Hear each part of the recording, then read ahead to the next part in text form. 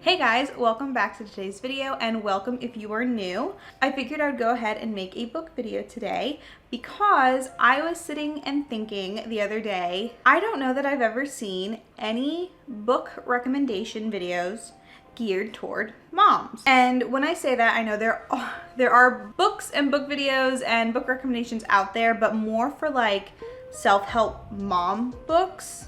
If you know what I mean, where it's like help with understanding your child or good foods to have or just different like specific mom taking care of your child books, which are good and helpful. But me personally, if I'm sitting down and I'm reading a book, I want something a little more entertaining. I want to be entertained. That's why I read books. Like some people watch movies and play video games. I read books for my entertainment and for my enjoyment. And I just feel like there aren't videos out there with a list of books that a mom would want to grab. And I'm sure you're probably wondering like, okay, but what makes it different from any other book? Which it doesn't, honestly. It's really a list of books that I really enjoy, but I feel like would work for a mom because these are standalone books. They're not part of a long book series. They're not super long books. They're books that will typically suck you in, get you interested right away, fast-paced, that kind of stuff where it's like, as a mom, if you're taking the time to sit down, if you're finding the time to sit down and read a book, you want it to be all of those things. And you also don't want to be having to do a bunch of research to figure out what kind of a book that's going to be. Because I know for me personally, it's very discouraging and a little upsetting when I'm like, ooh, I'm going to sit down, I'm going to read this book and it's going to be great.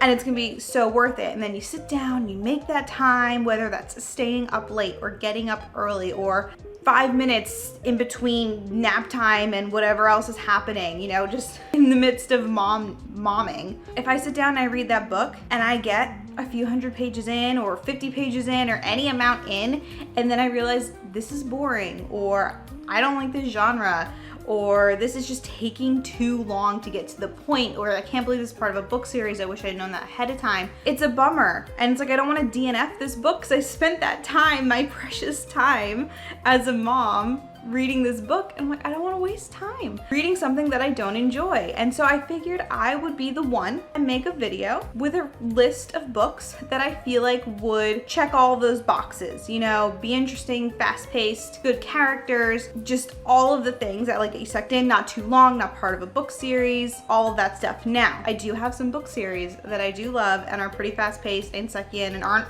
too long of a book series that I could do a second video. So I can do a part 2 of this if you guys want it, of like specifically book series. But this video is specific to just standalone books where you can sit down, you read your book, you're done with that book, and you move on to the next one. I do have a multitude of genres. I do also have YA books in there because I love YA books and I think sometimes YA books are really good at checking those boxes. So I'm not above a YA fiction book. And that's the other thing, they're all fiction, which I feel like is understandable from the title. All fiction books, also clean books. I personally prefer a clean book. I am, as you'd call, closed door, fade to black kind of a reader. That's what I prefer in my books. I like a little bit of, you know, a little bit of romance and a little bit of a love story. Sorry, my lighting was just crazy. I think I fixed it, but we'll see. I'll probably have to adjust it again. But I love a good love story, but I don't like all the gory details. That's just me. I've done a video about it in the past. You guys can check that out if you want to. But now that we've gone through all of that and I've said a lot, it's been a very long intro, I'm gonna go ahead and jump into the list of the books. I've got, it's not a huge stack, just a small little stack of like books that I have. There's no particular order. I just grabbed them off my bookshelf and sat down and started recording. First one is Never Lie by Freida McFadden. This one is adult psychological thriller is what's considered. I absolutely love, I'm new to Freida McFadden, but I've read a couple books. Amazing. There's plot twists to it that if you see it coming, you're a special kind of person, because I did not see this coming. Every video I've seen of people talking about this book, you don't see it coming. It's a very like gripping story that like gets you from the get-go and you're like, this already feels crazy right off the bat. It's about a husband and wife, I think it's a husband and wife, a couple that are looking to buy a house, and they go out into like middle of nowhere basically to look at this house. They stranded out there, think in a snowstorm, and this house was previously owned by like a psychologist or therapist or someone that would do like sessions with people. The therapist would record these sessions. The main character, she finds the recordings of all of the sessions hidden in the house. So while they're stuck there, she starts listening to them, and there's like the story unfolds, and it is phenomenal. It is not long. It is 333 pages. It's a very average size book. Very interesting. It keeps you on your toes. I couldn't believe it when I got to the plot twist. I like almost fell off my couch when I was reading it. So this is a great one. The next one, okay, this one's an iffy one, okay? It is The Dark Descent of Elizabeth Frankenstein by, I think it's Kirsten White. This book is for people who, a little dark-minded, who like listening to serial killer podcasts and things like that, where you're into the like a little bit more dark genre of things. Because it's a very dark book. It's very dark and chilling is what they have written on the back, which is very fair description. It made me feel weird and like icky almost after reading it, but it did. It sucked me in, and I had to see what happened next. As like scared as I was like, I need to know what's gonna happen. I need to finish the book.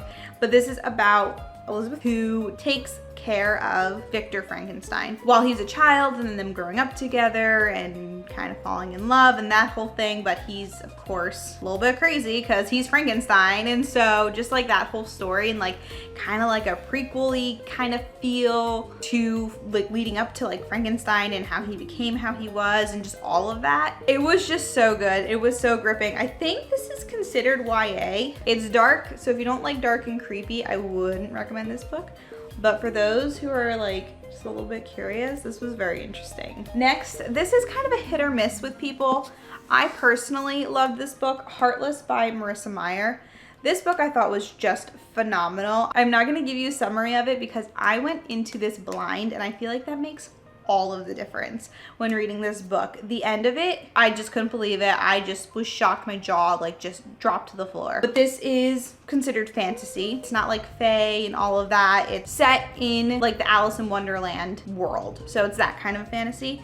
I absolutely loved it. I've seen people recently though, they're like, that's not my book. I don't know. Some people don't love it. They say it's slow and say it's boring. I thought it was amazing. I've read it multiple times now. Like, I love this book. It's one of my favorites. This is one of my top 5-star reads. A decent sized book. It's 450 pages. So it's a bit chunky of a read, but it's not too bad. And I felt like it was fast paced. So I really loved that one. This one is another one of my all time 5-star reads. This is All Our Yesterdays by Kristen Terrell. This book has a special place in my heart. The story behind of how I got this book is just crazy to me. I don't even know how many years ago, 10, 15 years ago, my brother got me this for Christmas. I don't even think he read what it was about. He was just like, it looked cool. So I know you like to read. Here's a book for Christmas. So I was like, cool. I was like, I don't know if I'm gonna like that. I don't know what that is. Read like what it was about, and it's about like time travel. I'm like, I don't think so. I freaking love this book. This book, I've read it so many times. It is so good. Again, with a plot twist. I love a plot twist because I've read so many books, and sometimes storylines get too expected and too the same, and you just want something different. You want something shocking. And so the plot twist in this was amazing. This one is YA, but you don't get a YA feel from this. Well, I don't think you do, but it's just really good. There's multiple points of views. There's then and now timeline and going back and forth, and they're trying to stop something that happened in the past, to stop the time machine from being built because it caused so many problems. It's just so good. Of course, there's romance in this one, and I just love it and will forever be recommending this one. I feel like I wish I saw this more around, like on YouTube and Book Talk and Book Instagram and all of that, because it's such a good book. I will forever be recommending this book. Next one. Now this one is an adult fiction. Rock, Paper, Scissors by Alice Feeney. I feel like a lot of people have heard of this book, I'm sure, because it's going around right now, but it's worth the read. It's really worth it. Now, it is adult fiction, so it's a little bit more mature, but it's nothing I was uncomfortable with, nothing that was too much where I'm like, I don't need to know that. It was okay for me in that regard. This is also a psychological thriller. I can't decide if it's crazier than Neverlie or the same level of crazy. They're both crazy. But this one, the plot twist. It's one of those plot twists where you're like, I don't think I know nothing. You're just like, mind is blown. You're like, I know nothing about life. I have no idea what just happened. What in the world? It's just shocking. This one is about a husband and wife who are having a rough patch in their marriage. I think one of them won a trip from their job, but they decided to use that trip that they won. It was like a weekend getaway as like a weekend to repair the marriage, make it work, all that kind of stuff. But it's in a church that's been flipped to like a home, and it's out in the middle of nowhere, and there's snow everywhere, and there's another snowstorm that seems to be a thing, I guess. The husband, he has face blindness. I don't know if that was a thing. I don't know if that is a thing. I don't know. They talk about it. He's got face blindness, which means he doesn't recognize people's faces ever. Like, he doesn't know what his wife's face looks like. Like, he'll look at people, but then like the second he looks away, he doesn't remember their face at all. So they go out and things start happening. This one, I was like, if this turns out to be like a horror book, like I had to Google it. I was like, I can't handle this if this is a horror book because this is too scary for me. But it is not. It's just a thriller. It does get a little spooky, but there's explanations at the end, kind of like Nancy Drew. I grew up on Nancy Drew. And so creepy things happen, but then you get explanations at the end. So you're like, okay, cool. I can go to sleep tonight. But this one was phenomenal. I made my mom read it. She loved this one. She thought it was great too. So definitely, and she's a mom. So there you go. 2 moms stamps of approval. But just really good, quick, keeps you on your toes. I think I read it in like a couple of days. Like, you just had to know what happens next. Really good one. So I highly suggest picking that up. The next one I'm gonna mention, my last adult fiction book that I have, much more fluffy. I feel like all the books are a little bit darker that I've mentioned so far, but this one I don't have a physical copy of. I want to buy it, but I just haven't yet. But it's The Bodyguard by Catherine Center. This one's much more fluffy, feel good, romance. He's a big actor and he needs a bodyguard because he is a stalker. So this woman works for a bodyguard agency or like a safety agency, whatever it's called. And so they hire her, but she has to pretend to be his girlfriend because he's going to visit his family and his parents, who his mom is sick. And so he feels like the stress of knowing that he's got a stalker, even though it's not that serious, would not be good for her health. So he's like, we'll just pretend you're my girlfriend. So of course, fake dating. It's good. It was a really good book. It was very sweet and definitely like a nice, light, fluffy, little just a romantic book that I really enjoyed. I can't remember. It might have been 4 or 5 stars that I rated that one. But that was a really good book. And then the last one that I have, this one's YA. This one's huge. And this is another one that may be a stretch for some people, but I just love this book. And I remember my mom loving this book. I made her read it. I was like, Mom, you need to read this book. She thought it was great. It's The Host by Stephanie Meyer. I don't know if it's been long enough that most people don't even remember the movie. The movie was a flop. That was a horrible movie. I hated that movie. And this is again one of my all-time favorite books. I have reread this book so many times. There's just something about it. It's so good. My mom loved it. She was super into it. Got her like really into that like dystopian era for her. She flew through this. Now this one is a chunky book. This one's a lot. Yeah, this one's over 600 pages. Just over 600 pages, but still, that's 600 pages. But it's YA, written as YA. The words are decently big, so it's not like taking forever. It is a little bit slow to get into, just because the beginning is a little slow and what's happening, but then you get into it. I would love to live in this world, which is ridiculous because the world has been taken over by aliens. What happens is there's a pocket of humans still on Earth who are like resisting and hiding and kind of fighting back when they can. But of course the aliens have taken over most of everything. And so the aliens, how they work is they insert themselves into the back of the neck and take over the person's body. So take over their host. So it's like the souls are the aliens that insert themselves in the body, and the body's the host, and it takes control of them. But the pocket of people, like they're searching for them to take over them as well. So when they do find this one girl from that group, she resists and she's a fighter and she's not going to go down without a fight. So when the soul gets put inside her body, she won't leave. So she is there still in her conscience. And so they're constantly fighting. So the human host like has no control over her body. She's just there in the conscience and just stuck there. The soul is just like ticked of like, why won't you leave? I'm supposed to like be good at this. I've done this so many times on other planets and different worlds and different species. And it's just so cool. So then the human host turns the soul to caring about the humans and realizing, wait, maybe this wasn't the right thing to do. So they go on a search for the rest of the humans. But it's a whole thing. And that was a long explanation for that book, but there's a lot to it. It's a chunky book, but it's a standalone. Like I said, all of these are standalones, which I just love.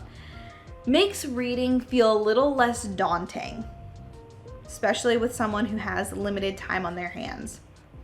When you're like, okay, I can read this book and there'll be beginning, the conflict, the resolution in the end, kind of a deal where it's like open, shut, one book thing. So that's my go-to right now, because that's all I can handle right now. Like some people are like, oh, you need to start this 15 book series. I can't do that. I cannot commit to that right now. Duologies, trilogies is like the most I can do at this moment. But like I said, I can do a part 2. I may just go ahead and do a part 2 of book series that I recommend that are fast-paced, not too long, interesting, kind of a deal. But yeah, so those are my few books. Like I said, it wasn't very many because I don't have that many that I'm like, that I feel that I should recommend. Like say, you need to take time out of your already busy day, because I know it's busy between chasing the toddler around the house and doctor's appointments and cooking and cleaning and grocery shopping and spending quality time with your husband and your kids and social outings and all of that. Like, I know it's hard to find that time, so I'm not gonna sit here and recommend books that I'm like, I don't think so. These are all really good books that I really do love. I really recommend. And of course, even if you're not a mom, you can read these books. Anyone can read these books, but I just feel like it really scratches that itch for you if you're just like, I want to read something, but quick. Anyway, I'm just repeating myself at this point. I need to just stop babbling and be done. But that is what I've got. Hopefully you guys enjoy hearing these recommendations. Hopefully it's helpful. Leave a comment down below if you want more videos like this, or if you do for sure want that part 2. Like I said, I might just go ahead and make it anyway, but we'll see. Unless I get like people saying they don't want it, then I won't do it. I will also link all of the books in the description box below. I don't see many booktubers doing that, and that's something I really appreciate, is having the books, like the links to the books there, because you want to find it easy. You want things to be quick and easy these days. So I'll have them all linked. All of my videos, I do link all of the books that I mention or I'm currently reading or whatever. I do put those in the description box, so it's always there for you guys, always easily accessible. But that is all I have for today. Like I said, hope you enjoyed it. Of course, if you did, like, comment, subscribe, ring the bell, and I will see you guys next week on Friday in my next video. Bye.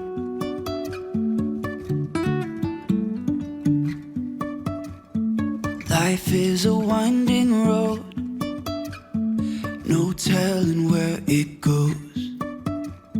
Driving through days and nights, won't stop for traffic lights. And I really wanna know,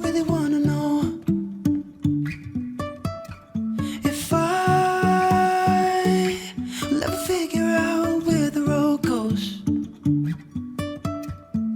Even if I'm falling down, I will keep on searching for my highs. You can say I lost my mind, I will keep on holding my head high. Even if the sky is falling down.